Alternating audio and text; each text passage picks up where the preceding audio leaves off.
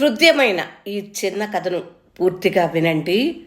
నవలాకారుడు, చిన్న కథా రచయిత ఫ్రాంజ్ కాఫ్కా తన జీవితాంతం అవివాహితుడుగానే ఉండిపోయాడు. అతను ఒకరోజు పార్కులో తిరుగుతుండగా చిన్న పాప వెక్కిళ్ళు పెట్టి ఏడుస్తుంటుంది. దగ్గరకు వెళ్ళి విషయం ఏమిటని ఆరా తీస్తే తాను పోగొట్టుకున్న బొమ్మ గురించి చెబుతుంది. ఇద్దరూ కలిసి వెతికిన బొమ్మ జాడ దొరకలేదు. దుఃఖము, నిరాశతో పాప ఇంటికి వెళ్తుంది. మర్నాడు కాఫ్కా ఒక చిన్న ఉత్తరాన్ని పాపకిచ్చి ఇది నీ బొమ్మ రాసిందని చెబుతాడు.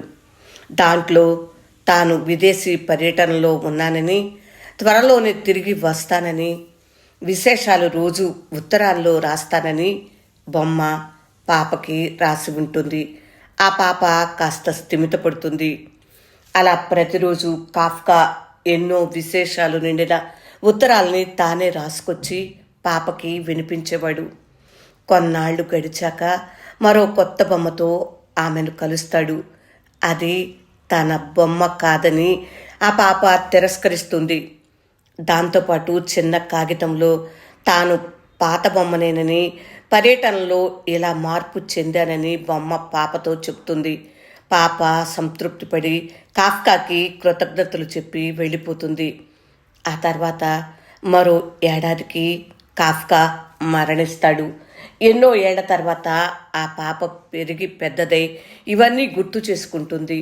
ఆర్తిగా ఆ బొమ్మని తడిమినప్పుడు అనుకోకుండా ఆ బొమ్మకి వేసిన దుస్తుల్లో ఒక నలిగిన చిన్న కాగితం దొరుకుతుంది ఆమెకి. అది పాపను సంబోధిస్తూ కాఫ్కా స్వయంగా రాసి సంతకం చేసిన ఒక చిన్న సందేశం. నువ్వు ప్రేమించిన ప్రతిదీ ఏదో ఒకరోజు దూరమైపోతుంది, కానీ ఆ ప్రేమ మరొక రూపంలో నీ దగ్గరకే వచ్చి చేరుతుంది. Everything you love is very likely to be last, but in the end love will return in a different way. నిజంగా మనం కూడా తెలుసో తెలియకో కొన్ని వస్తువుల్ని, కొంతమంది వ్యక్తుల్ని, కొన్ని ఆనందాల్ని కోల్పోవటం వల్ల కష్టంగా, బాధగా గడుపుతూ వర్తమానాన్ని ఆందోళనలో బలి చేసుకుంటాం. మనం కోల్పోయిందంతా మరో రూపంలో తిరిగి దొరుకుతుందనే ఫీలింగ్ నిజమైన సాంత్వన కదా. ఈ సందేశాత్మక కథ మీకు నచ్చిందా?